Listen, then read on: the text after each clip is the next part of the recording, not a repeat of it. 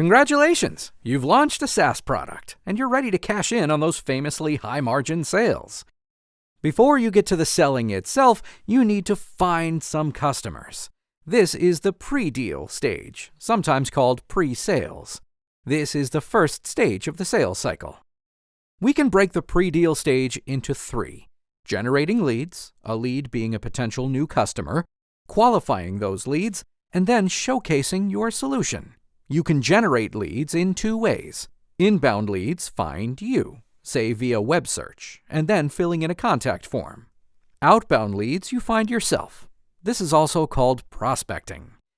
Some prospecting is all about volume, like cold calling or sending mass LinkedIn messages.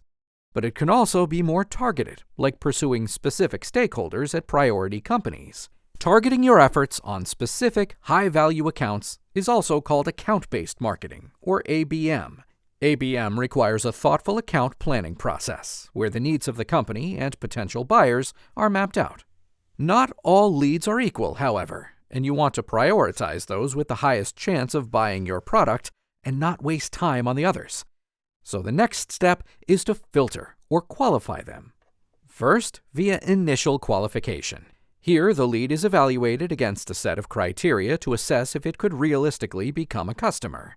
Part of this is about the company profile, say size and type of company. Most companies will have an ideal customer profile, or ICP, in mind, and will look for leads that more or less match the ICP. But even a 100% match with the ICP may not be a good lead, say if they aren't looking to buy. And the company isn't the only part of the lead that matters. The individual does too. Are they the right buyer? Most sales teams are targeting specific personas, aka job titles, within the target company. To assess the lead more completely, companies use their own scoring systems, but a common framework is called B.A.N.T: budget, authority, need, and timeline. To qualify, a lead needs to have a good chance of hitting all four. Say your lead is the CTO. Authority, check. Looking for a new database management software. Need, check. But the budget isn't available for 24 months. Since timeline and budget are questionable, you might qualify out this lead. For leads that pass the initial qualification, the next step is a needs assessment, basically a deep dive into the N of B.A.N.T. To know if and how their solution will be a good fit, sellers need to better understand the customer need, and this often requires more direct engagement and customer input. Once you're convinced your product fits their needs, it's time to convince the customer. This is where sellers initially showcase the solution. For a simple solution, a presentation or demo might be enough. For more complex solutions, you might have to work harder to demonstrate the value. One way is by providing a business case, proving the ROI of your solution. This could be the classic pitch deck, laying out the cost-benefit analysis.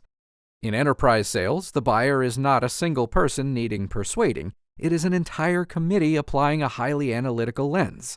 You can also run a proof of concept, or POC, basically a test case that generates hard evidence to support the business case. This could involve running dummy data through your software to show that it can work. If a customer wants to see how the product performs with real users, this can develop into a full pilot, where the software is deployed in a live setting. However, POCs and pilots can be time-intensive and are often reserved only for the largest deals. The company selling may even charge the potential customer for this. The goal of this showcasing step is to confirm that there is sufficient interest and alignment among all stakeholders. This is what justifies moving to the next stage, the deal itself, which involves a lot of work, careful negotiations, and many ongoing discussions with company leadership.